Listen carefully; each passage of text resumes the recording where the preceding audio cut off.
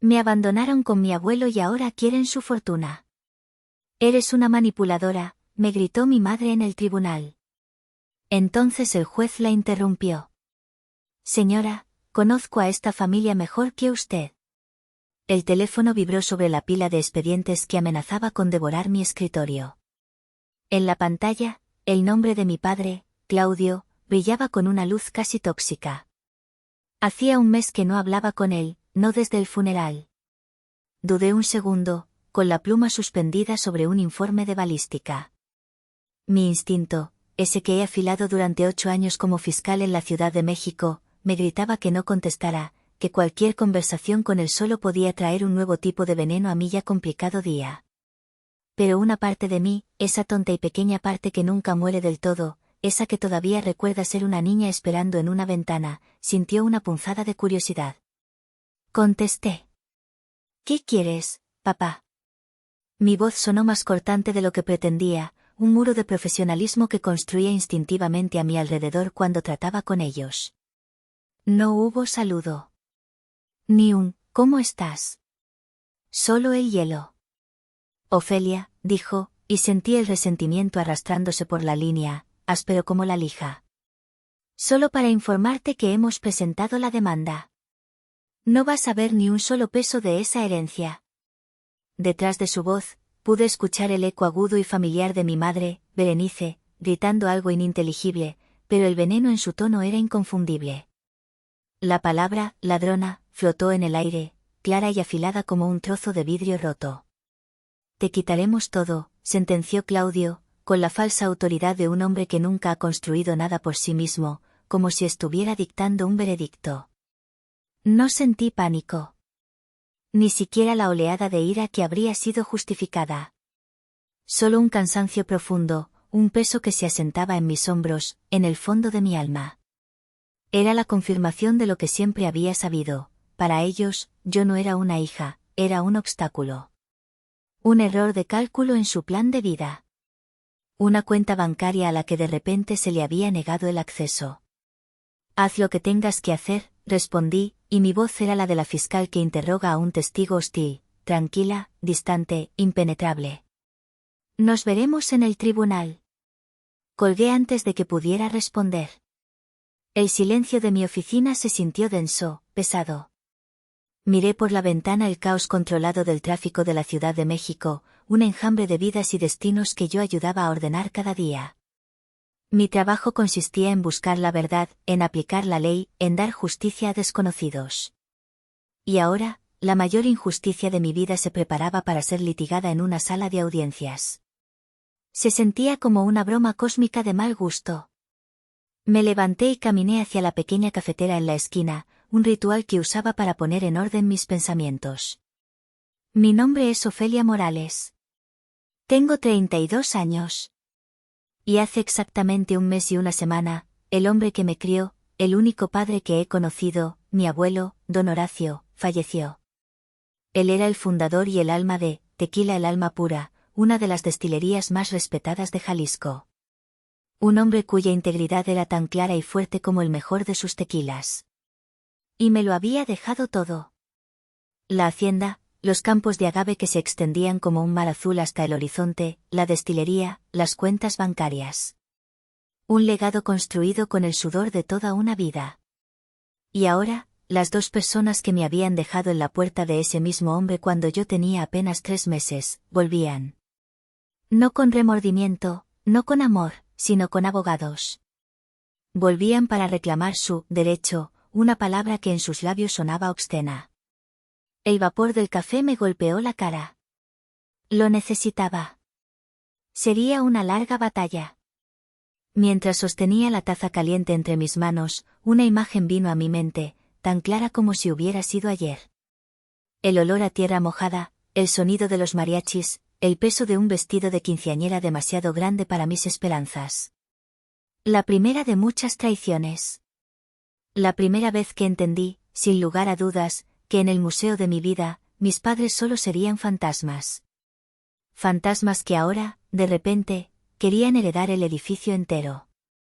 Tomé un sorbo largo y amargo. Ellos no sabían con quién se estaban metiendo. Creían que demandaban a la niña abandonada que lloraba en brazos de su abuelo. Creían que yo era blanda, sentimental, fácil de intimidar. Después de todo, era lo que siempre habían querido creer. Les permitía dormir por la noche. Pero la mujer que iría a ese tribunal no era esa niña. Esa niña había muerto hacía mucho tiempo, probablemente en algún cumpleaños olvidado o en alguna Navidad silenciosa. La mujer que se enfrentaría a ellos había sido forjada en el fuego de su indiferencia y templada por el amor inquebrantable de don Horacio. Era su nieta. Y él me había enseñado a pelear por lo que lea por su memoria. Y yo no pensaba perderla. La memoria es un arma de doble filo. A veces izadas. Mi fiesta de 15 años fue ambas cosas. Don Horacio creía en las tradiciones. Para él, Miki fue la demostración más extravagante del amor de mi abuelo y la herida más profunda de la indiferencia de mis padres. Quinceañera no era negociable. Toda princesa merece su baile, decía, con ese brillo en los ojos que aparecía baile, y tú eres la princesa de esta casa, que hablaba de algo que amaba, el tequila, la tierra, y yo. Y organizó una fiesta espectacular en la hacienda de Jalisco. La hacienda, con sus arcos de cantera y sus patios llenos de bugambillas, se vistió de gala. Contrató a los mejores mariachis de la región y a un chef que preparó un banquete digno de la realeza. Y el vestido. Era de un azul pálido, como el color de mesas largas con manteles blancos se extendían por el jardín principal, bajo hileras de luces cálidas, él y agave al amanecer, con cientos de pequeños cristales cosidos a mano que brillaban con cada movimiento. Era el vestido más bonito que había visto en mi vida. Cuando me lo probé, mi abuela, que aún vivía en ese entonces, lloró. «Te ves como un ángel, mi niña», susurró. Pero mientras me miraba en el espejo, no me susurró, arreglando un mechón de mi cabello, «mo un ángel». Me sentía como una niña jugando a ser adulta, con un nudo de ansiedad en el estómago. Mis padres habían prometido venir. Hacía casi un año que no los veía. Mi madre, Berenice, había llamado 2 semanas antes, su voz un torrente de entusiasmo fingido.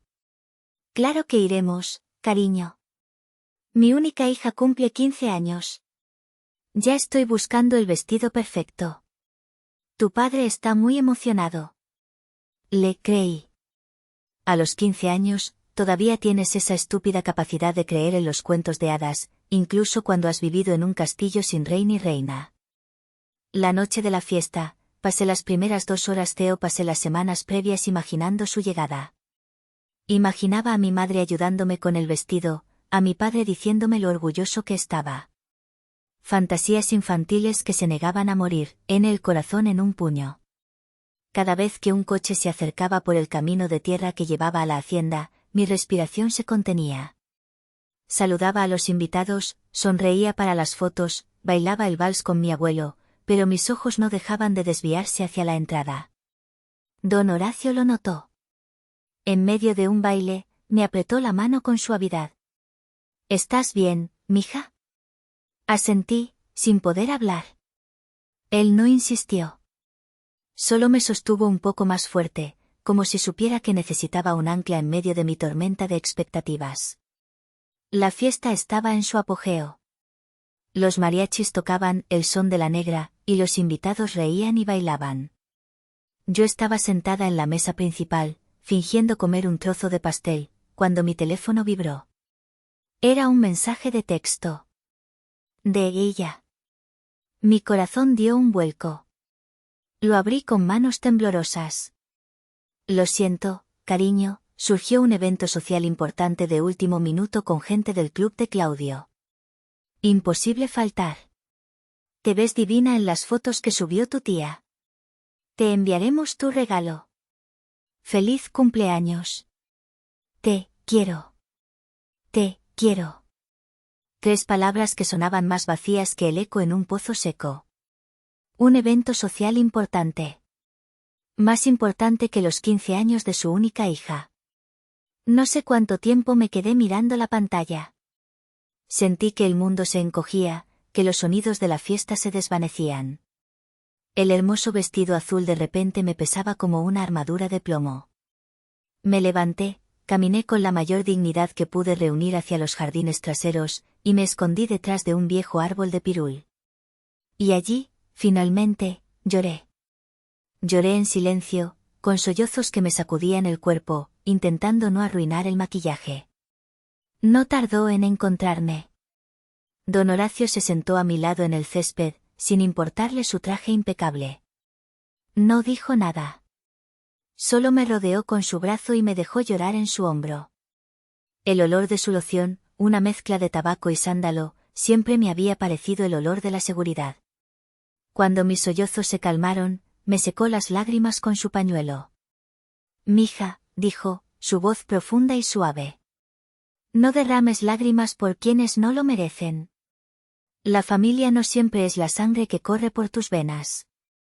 La familia son las personas que están aquí, secando tus lágrimas. Y tú me tienes a mí. Siempre. Esa noche, algo se rompió dentro de mí. La esperanza infantil de que algún día despertarían y se darían cuenta de que tenían una hija. Pero algo más fuerte nació en su lugar, la certeza absoluta del amor de mi abuelo. Un amor que no necesitaba promesas, porque se demostraba con presencia. Este recuerdo, más que cualquier otro, solidificó la verdad de mi vida, mi indiferencia era su elección, y mi amor incondicional era el suyo. Si la ausencia en mi quinceañera fue una herida abierta, el goteo constante de su dependencia económica fue un veneno lento que vi consumir a mi abuelo durante años. La revelación más cruda llegó durante mi segundo año en la Facultad de Derecho.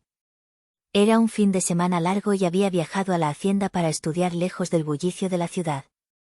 La casa estaba en silencio, olía a café recién hecho y a los libros viejos del despacho de mi abuelo.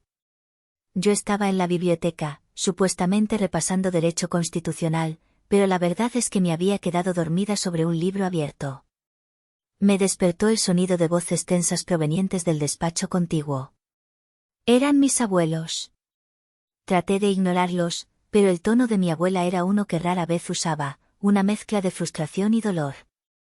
Ya basta, Horacio, decía ella. Claudio lo ha vuelto a hacer. Invirtió en ese gimnasio que te juró que sería un éxito y ahora está hasta el cuello de deudas. Y Berenice tiene el descaro de llamar llorando para que tú lo soluciones. Se hizo un silencio. Podía imaginar a mi abuelo, sentado en su gran sillón de cuero, pasándose una mano por la cara, el peso del mundo sobre sus hombros. Es mi hija, Carmen. ¿Qué quieres que haga? ¿Que la deje en la calle? La voz de don Horacio sonaba cansada, resignada. No es una niña, replicó mi abuela. Es una mujer de casi 40 años con un marido inútil al que tú también mantienes. Estás financiando su irresponsabilidad. Se acostumbraron a que el viejo Horacio siempre esté ahí para firmar un cheque. ¿No te das cuenta de que no los estás ayudando?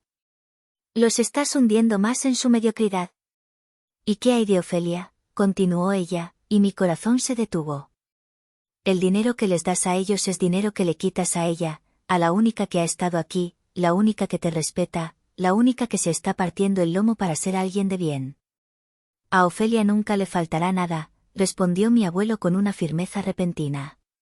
Lo mío es de ella. Pero Berenice, ella es mi sangre. Y es mi cruz. No pude seguir escuchando.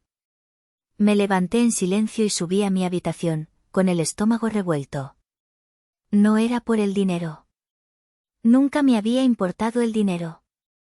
Era la injusticia. Era ver cómo mi abuelo, el hombre más fuerte y digno que conocía, era desangrado lentamente por sus propios hijos, por un sentido del deber que ellos explotaban sin piedad. Comprendí que él no solo me había dado un hogar, me había protegido de la carga que él mismo llevaba. Durante más de 2 décadas, él no solo me había criado a mí, sino que también había cargado con el peso muerto de mis padres. Esa noche, no pude dormir. Me levanté y bajé a la cocina a por un vaso de agua. La luz del despacho seguía encendida. Me asomé por la puerta entreabierta. Mi abuelo estaba dormido en su sillón, con el libro de cuentas abierto sobre el regazo y un bolígrafo en la mano. Me acerqué y lo tapé con una manta. Por un instante, se despertó, me miró con los ojos nublados por el sueño y sonrió. Mi abogada, susurró. Luego volvió a dormirse. En ese momento, sentí una oleada de amor y rabia. Amor por ese hombre extraordinario, y rabia hacia aquellos que abusaban de su bondad. Volví a mi cuarto y abrí una vieja caja de madera que guardaba debajo de mi cama. Dentro, junto a fotos y recuerdos de la escuela, había un pequeño montón de regalos de cumpleaños y Navidad que mis padres me habían enviado a lo largo de los años. Un bolso de diseñador que nunca usé, un perfume carísimo que me daba dolor de cabeza, el último dispositivo electrónico que ya tenía. Eran regalos caros, impersonales, elegidos para acallar su conciencia, no para alegrar mi corazón. Saqué una foto de mi madre, tomada en una de sus raras visitas. Era joven, hermosa, y sonreía a la cámara con una mirada vacía. Por un instante, me permití sentir el dolor. Me pregunté si alguna vez, en algún momento robado, había sentido una pizca de amor maternal por mí. O si yo siempre había sido solo una obligación, una factura que pagar. Cerré la caja. La respuesta no importaba. Su amor o la falta de él no me definía. Lo que me definía era el hombre que dormía abajo, el que me llamaba, mi abogada, con un orgullo que le llenaba la voz. Y juré en silencio que nunca, jamás, dejaría que nadie manchara su nombre ni abusara de su legado. Ni siquiera su propia hija. El último año de la vida de don Horacio fue como un atardecer largo y lento. La luz de su fuerza vital no se apagó de golpe, sino que fue menguando poco a poco. Dejó de ir a la destilería todos los días, delegando en su gente de confianza. Sus pasos se volvieron más lentos, su voz más suave, pero su mente, esa mente brillante que había construido un imperio de la nada, permaneció lúcida hasta el final. Yo me impuse una nueva rutina. Reorganicé mi carga de trabajo en la fiscalía, adelantando todo lo posible de lunes a jueves para poder volar a Guadalajara al menos 2 fines de semana al mes. Mis colegas pensaban que estaba loca, que me quemaría. Pero no era una opción. Era un deber nacido del amor. Mis padres, por supuesto, notaron el declive. Sus llamadas se hicieron un poco más frecuentes, pero siempre teñidas de una torpe y transparente avaricia. ¿Y cómo está papá?, preguntaba Berenice. Espero que tenga todos sus papeles en orden. A su edad, nunca se sabe. Claudio era más directo. ¿Ha hablado el abuelo contigo sobre, ya sabes, el futuro? Solo para estar preparados. Nunca preguntaban si necesitaba ayuda. Nunca ofrecieron venir a cuidarlo. Solo querían asegurarse de que su cajero automático siguiera funcionando, incluso después de muerto. Una tarde de septiembre, el aire olía a lluvia y tierra mojada. Estaba sentada junto a su cama, leyéndole el periódico. Él ya no tenía fuerzas para sostenerlo. De repente, dejó de prestar atención a las noticias y me miró. Sus ojos, aunque hundidos, todavía tenían esa claridad penetrante. Ofelia, dijo, y su voz era apenas un susurro. Tomó mi mano, y su piel se sentía frágil como el papel. He vivido una buena vida, mija. Construí algo de lo que estoy orgulloso. Amé a tu abuela con toda mi alma. Y te tuve a ti. Se le llenaron los ojos de lágrimas.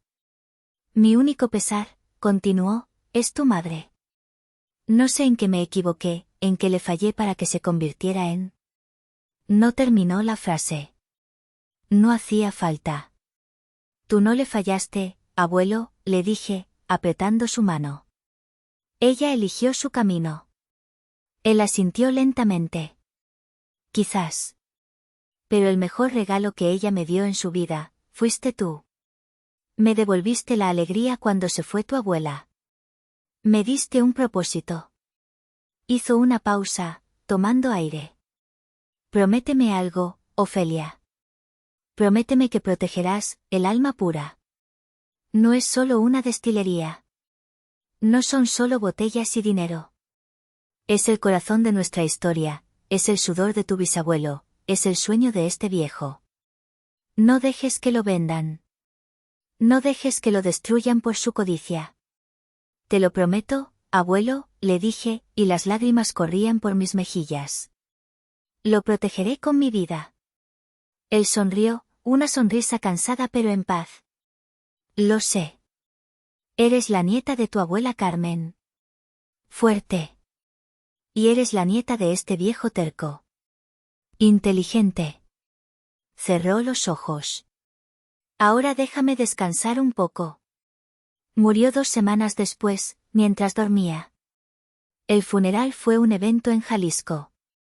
Asistieron empresarios, políticos, los gimadores de sus campos con sus sombreros en la mano y la tristeza en el rostro. Yo di el discurso principal. Hablé del hombre, no del empresario. Del abuelo que me enseñó a andar en bicicleta, del que me contaba historias de la revolución mientras bebíamos chocolate caliente. Berenice y Claudio estaban en primera fila, vestidos de un luto impecable. Lloraron. Vaya que sí lloraron. Un espectáculo de dolor digno de un premio.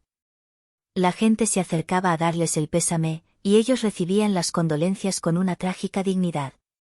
Pero en cuanto terminó la misa y el entierro, antes de la reunión familiar íntima que habíamos organizado en la hacienda, se acercaron a mí. Tenemos que volver a la ciudad, dijo Claudio, mirando su reloj. Un compromiso ineludible. Fue una ceremonia preciosa, cariño, añadió Berenice, dándome un beso en el aire, sin tocarme. Hablamos la próxima semana sobre los siguientes pasos. Los vi marcharse en su coche de lujo. Y en ese momento, cualquier resquicio de compasión que pudiera haber sentido por ellos se evaporó. No era solo indiferencia. Era una profanación.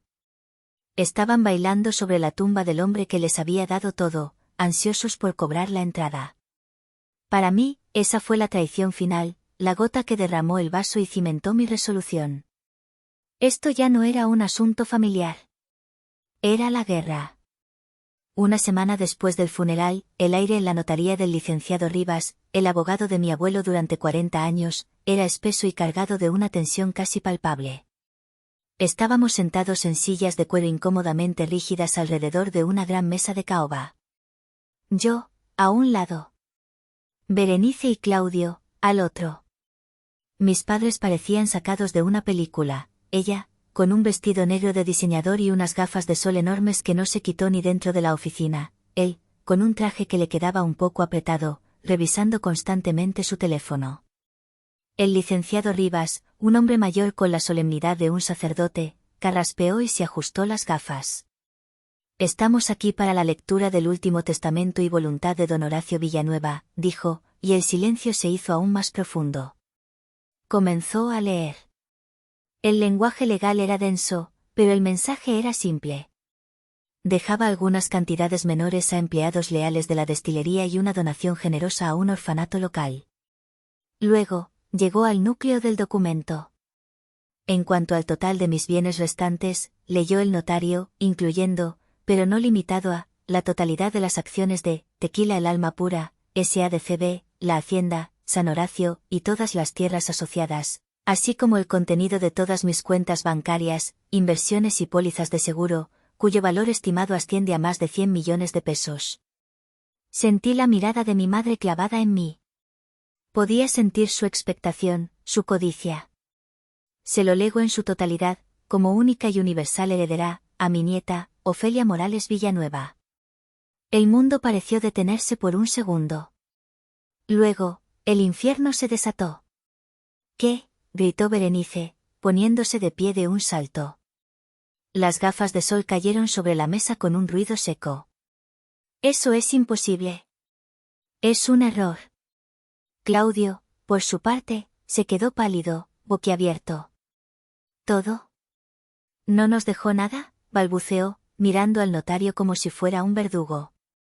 El testamento es muy claro, dijo el licenciado Rivas con calma.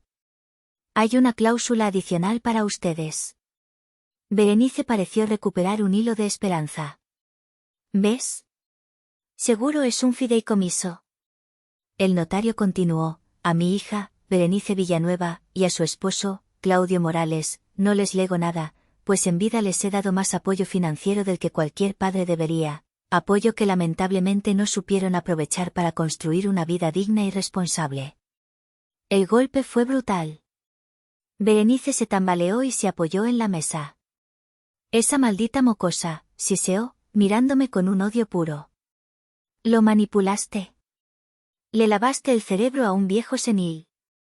Él siempre te prefirió a ti, a la pequeña sabelotodo, escupió, y ahí estaba, la verdad desnuda.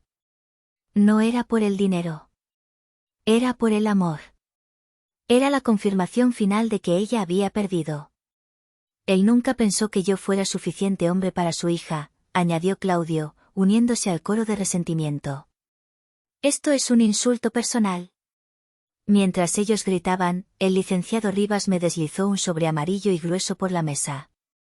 Tenía mi nombre escrito con la caligrafía elegante y firme de mi abuelo. Me pidió que te entregara esto en privado, pero dadas las circunstancias, dijo en voz baja. Lo abrí allí mismo. Era una carta. Mi querida Ofelia, comenzaba. Si estás leyendo esto, es que ya me fui. No estés triste. Viví una vida plena, y mi mayor alegría fuiste tú. Te dejo todo no porque seas mi nieta, sino porque te lo ganaste. La herencia, mija, no es un derecho de sangre, es una recompensa al amor, a la lealtad, a la presencia. Y tú estuviste siempre. Ellos, nunca. Sé que Berenice no aceptará esto. Su orgullo es más grande que su amor. Por eso, junto a esta carta, el licenciado Rivas tiene una caja. Llámala, la caja de pruebas. Úsala si es necesario. Te preparé para ser una mujer fuerte. Ahora, demuestra por qué. Con todo mi amor, tu abuelo, Horacio. Doblé la carta. La furia y el dolor de mis padres ya no me afectaban. Las palabras de mi abuelo eran un escudo. Me levanté. Hemos terminado aquí, dije, mi voz sonando extrañamente tranquila. Esto no ha terminado, gritó Berenice. Te veremos en los tribunales, ladrona. La miré, quizás por primera vez, sin un atisbo de la niña que una vez esperó su amor. Como dije antes, respondí. Nos veremos en el tribunal. Y salí de esa oficina, no como una heredera asustada, sino como la guardiana de un legado. La guerra había sido declarada, pero mi abuelo, incluso desde la tumba, me había dejado el mapa y todas las armas. 2 semanas después, la demanda llegó, tal como habían prometido. Era un documento lleno de veneno y falsedades, acusándome de influencia indebida, manipulación de un anciano vulnerable y aislamiento familiar. Era una obra de ficción tan descarada que, de no ser por lo que estaba en juego, me habría reído. Con la demanda en mano, fui a ver a Fausto Aguirre, el licenciado Fausto. Éramos amigos desde la universidad. Él había optado por la práctica privada, convirtiéndose en uno de los litigantes más temidos y respetados de la ciudad. Era brillante, metódico y no tenía paciencia para las tonterías. Era exactamente lo que necesitaba. Le extendí los documentos sobre la mesa de su moderna oficina con vistas al Paseo de la Reforma. Mientras leía, su expresión no cambió, pero vi un brillo de interés en sus ojos oscuros. Influencia indebida, murmuró, pasando una página. Clásico. La carta de los hijos ausentes cuando el testamento no les favorece. Cuando terminó, levantó la vista. ¿Y bien? ¿Qué tan vulnerable era don Horacio? Sonreí. Fausto, mi abuelo negoció un acuerdo de distribución con una empresa japonesa 2 meses antes de morir. Leía a Platón en griego por diversión. Era todo menos vulnerable. Excelente, dijo él. Dejé sobre la mesa la caja de pruebas que el licenciado Rivas me había entregado. Era una caja de archivo pesada. Esto también te ayudará, le dije. Fausto la abrió. Dentro había carpetas meticulosamente organizadas. Estados de cuenta bancarios que detallaban 25 años de transferencias mensuales a mis padres. Copias de correos electrónicos en los que Berenice pedía préstamos para cubrir las deudas de Claudio. Un calendario que mi abuelo había mantenido, con notas escritas a mano, llamé a B para su cumpleaños. No contestó. Aniversario de bodas. Ninguna llamada. Era un archivo detallado y devastador de su negligencia. Fausto revisó los documentos en silencio. Después de un rato, levantó una ceja. Tu abuelo era un litigante nato. Prácticamente nos ha preparado el caso. Luego, tomó la notificación del juzgado y leyó el nombre del juez asignado. Juez Lorenzo Vargas, dijo en voz alta. Lo vi buscar el nombre en su computadora. Se quedó mirando la pantalla por un momento, y entonces, una sonrisa sutil, casi imperceptible, se dibujó en sus labios. Levantó la vista hacia mí. El brillo en sus ojos ya no era solo de interés. Era de anticipación. Ofelia, dijo, inclinándose sobre la mesa. No solo vamos a defendernos. Vamos a contraatacar con la verdad. Y creo que tenemos una ventaja que ellos ni siquiera imaginan. El día del juicio, la sala del tribunal se sentía fría y anónima, un escenario impersonal para el drama más personal de mi vida. Me senté junto a Fausto, con la espalda recta, vestida con un traje sastre oscuro que era mi uniforme de batalla diario. Al otro lado del pasillo, mis padres estaban con su abogado. Berenice parecía una viuda de telenovela, con un velo discreto cubriéndole el rostro. Claudio se retorcía en su asiento, incómodo. El abogado de mis padres, un hombre con una labia empalagosa, comenzó su declaración. Pintó un cuadro melodramático de un padre amoroso y su devota hija, Berenice, cruelmente separados por una nieta calculadora y ambiciosa. Me describió como una oportunista que se había aprovechado de la soledad de un anciano tras la muerte de su esposa para envenenarlo en contra de su propia sangre. Cada palabra era una mentira, pero estaba tejida con la suficiente habilidad para sonar plausible para un oído no informado. Y luego llamó a su testigo estrella, mi madre. Berenice caminó hacia el estrado con una fragilidad estudiada.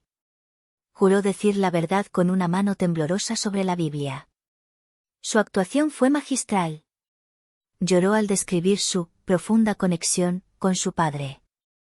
Habló de cómo yo, supuestamente, interceptaba sus llamadas y le decía que don Horacio no quería verla. Contó cómo la había aislado deliberadamente, creando una fortaleza alrededor de él en la hacienda a la que ella no podía acceder. Ella lo quería solo para ella, sollozó, secándose una lágrima invisible con un pañuelo de encaje. Quería su amor, pero sobre todo, quería su dinero. Sentí la mirada de los presentes sobre mí. Vi la duda en algunos rostros. Fausto me puso una mano tranquilizadora en el brazo, pero no la necesité. Me concentré en mi respiración, en la calma fría que precede a la tormenta.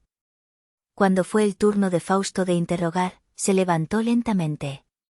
Se acercó al estrado no con agresión, sino con una curiosidad casi quirúrgica. Señora Morales, comenzó con voz suave. Usted habla de un gran amor por su padre. ¿Podría decirnos cuántas veces lo visitó en los últimos 5 años de su vida? Berenice titubeó.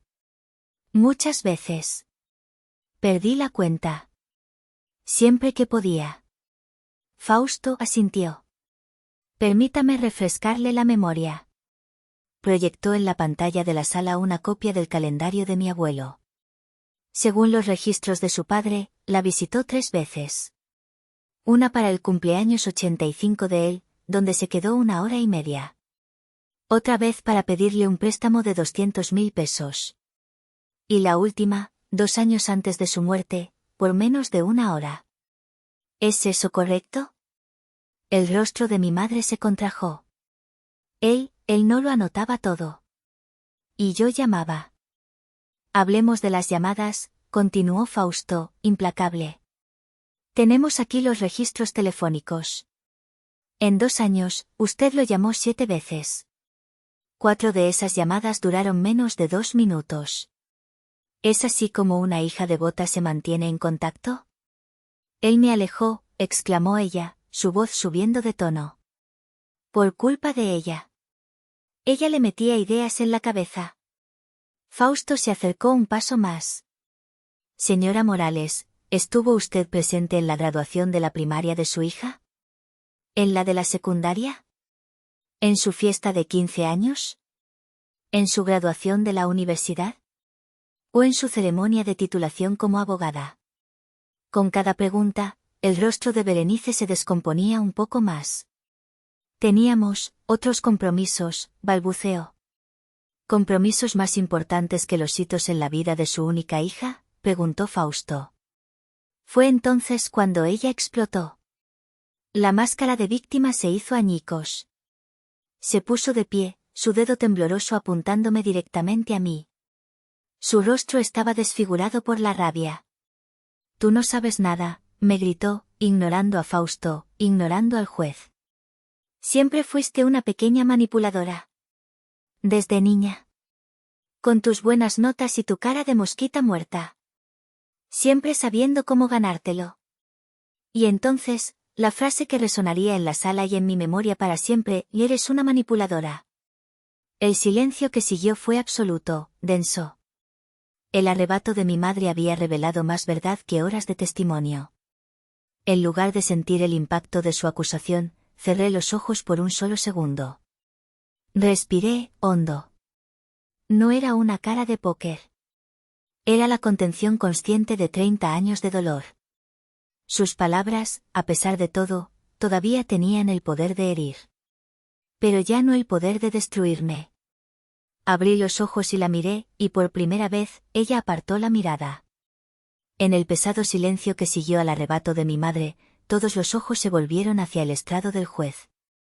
El juez Lorenzo Vargas había permanecido impasible durante todo el testimonio, una figura de autoridad silenciosa, tomando notas ocasionalmente. Pero ahora, algo había cambiado. Lentamente, dejó su pluma sobre el escritorio.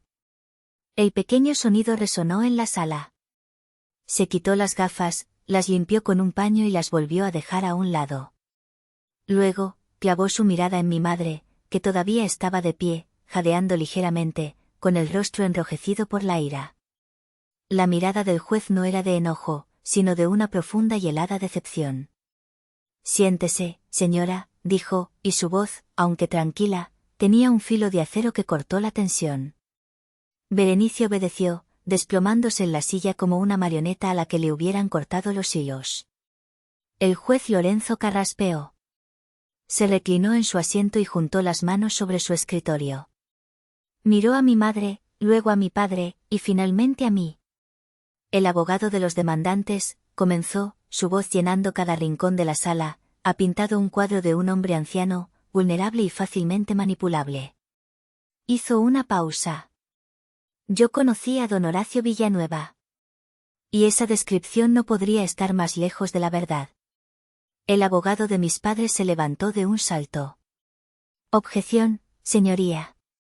Su conocimiento personal no es pertinente». El juez lo fulminó con la mirada. «Siéntese, licenciado.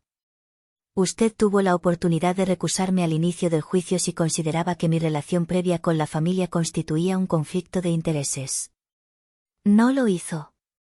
Ahora, escuche». El abogado se sentó, visiblemente nervioso. El juez Lorenzo se volvió de nuevo hacia mi madre.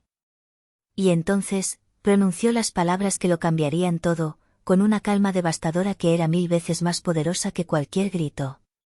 «Señora, conozco a esta familia mejor que usted». Un murmullo recorrió la sala. Vi a mi madre palidecer.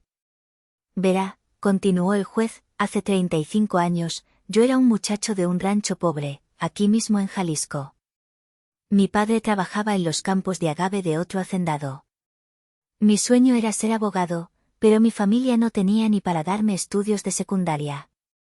Un día, tuve el atrevimiento de ir a la hacienda San Horacio y pedirle trabajo a su padre. Su mirada se perdió por un instante, como si estuviera viendo el pasado.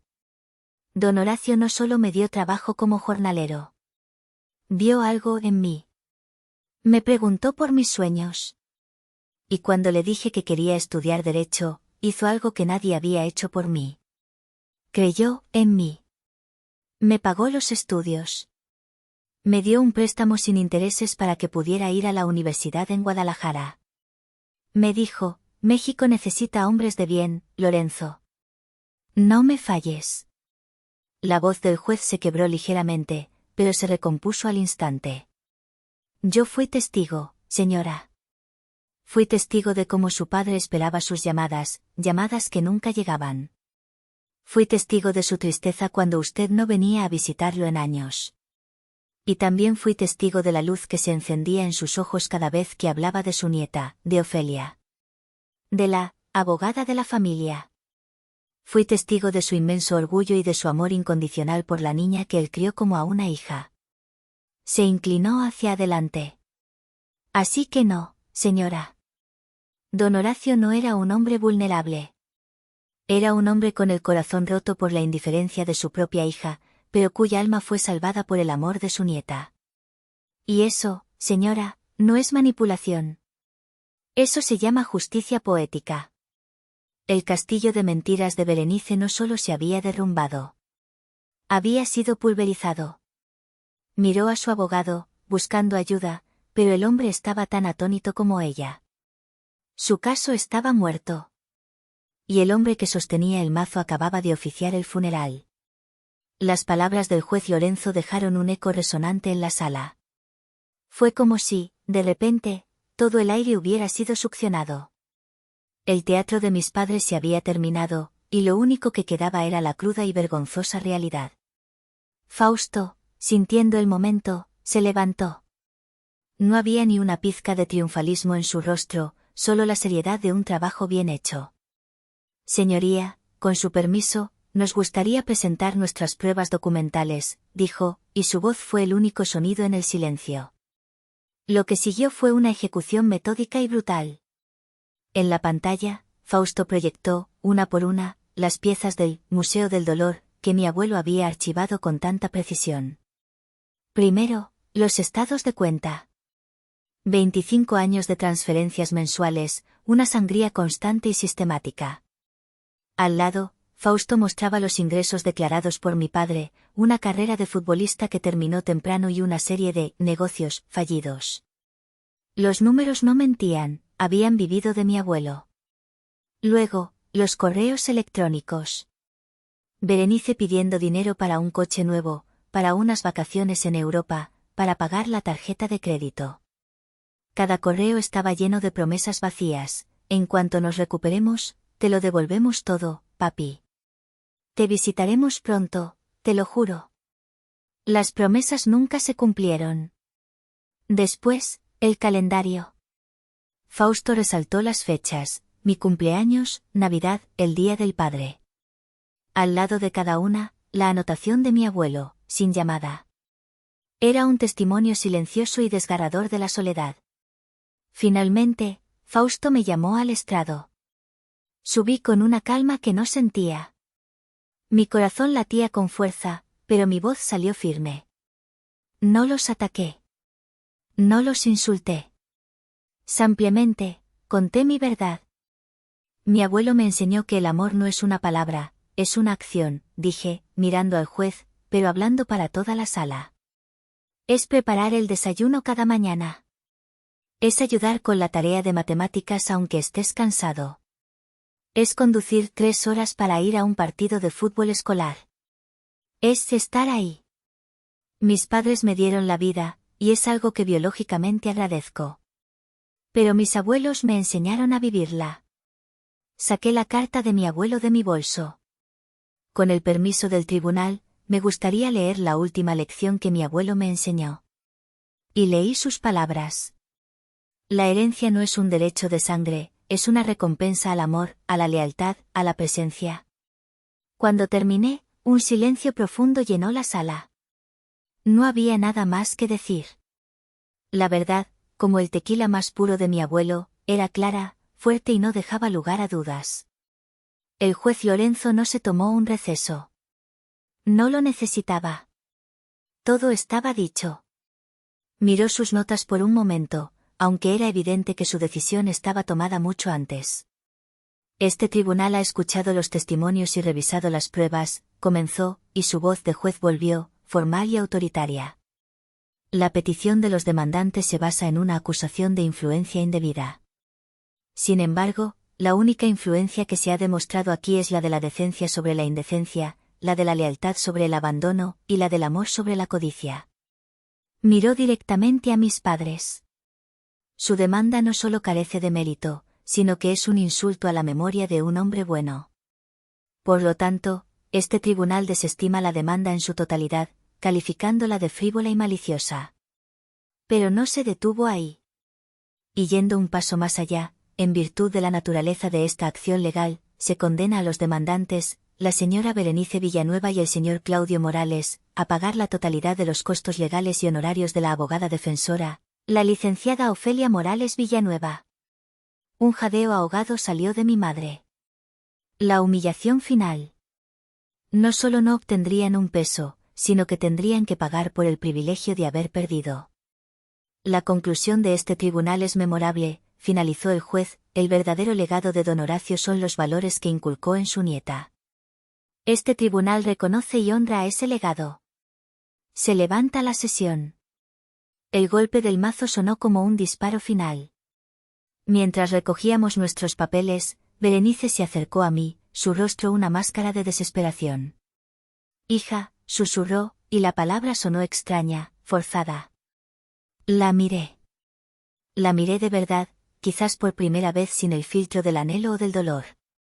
Vi a una mujer rota, consumida por su propia amargura.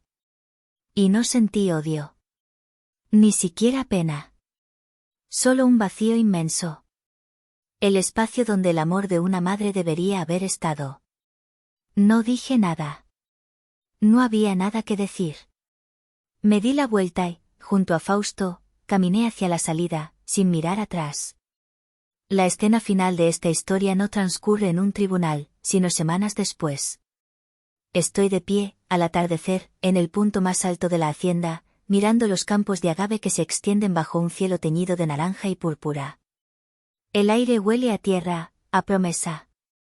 Sostengo una copa de el alma pura en mi mano. El legado de mi abuelo. Mi legado. Y por primera vez en mucho tiempo, siento una paz profunda y absoluta.